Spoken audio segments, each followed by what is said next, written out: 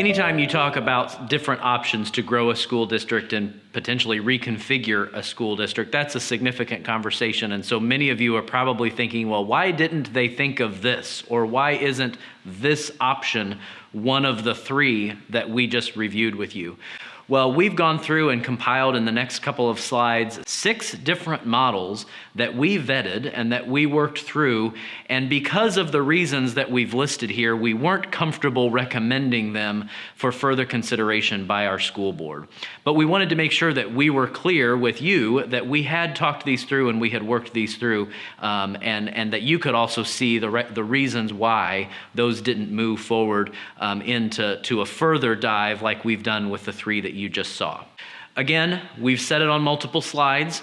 There is no taxpayer impact because of either of these 3 models. There are cost variations between the 3 models, but we can afford any of those models with no impact to the taxpayer, and we do not need a construction referendum and will not be using our referendum that we currently use for teachers and opportunities for students to keep our class sizes low. We will not use any of those funds for construction projects. We know that there are future conversations that need to happen, and we know that you probably have more questions, but we also know that we've got 3 years to have those kinds of conversations. So as you can see, we've got the rest of this school year, we have the 23-24 school year, we have the 24-25 school year before anything would be impacted because of the time that it takes for new construction. So questions that you might be having are, what would this mean for our feeder system? What elementaries would feed to a middle school in models 2 or 3? What are the staffing differences between the different models? What would that mean for redistricting?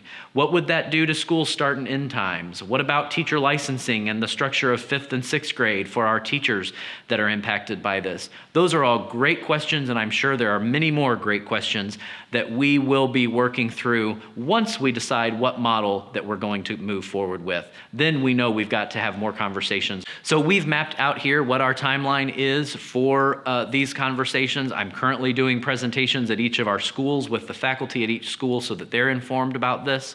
We have a school board meeting where we'll be talking about this on November 14th.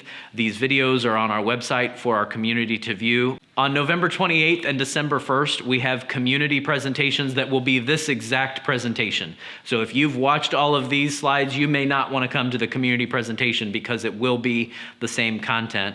Then on December 5th, we're going to have another community presentation, but it will involve more of a gallery walk where you can come in and see floor plans of what Model 1 could look like, what Model 2 could look like, and what Model 3 could look like.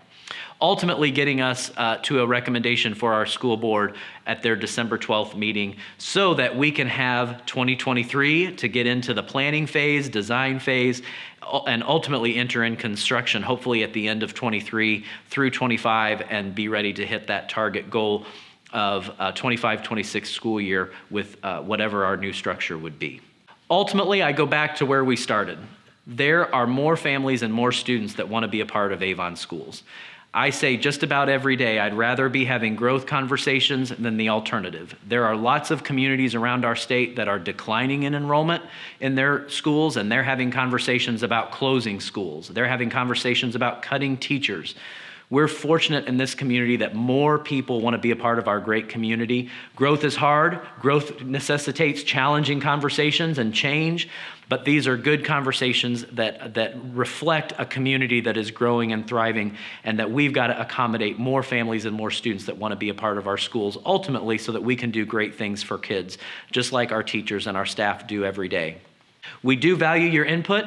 There's a link to a survey that you can complete where you can give us your input on what are your most important factors that you value, and then what are the strengths and questions that you have about each of our models so that we can take that into consideration as we move forward over the next few weeks.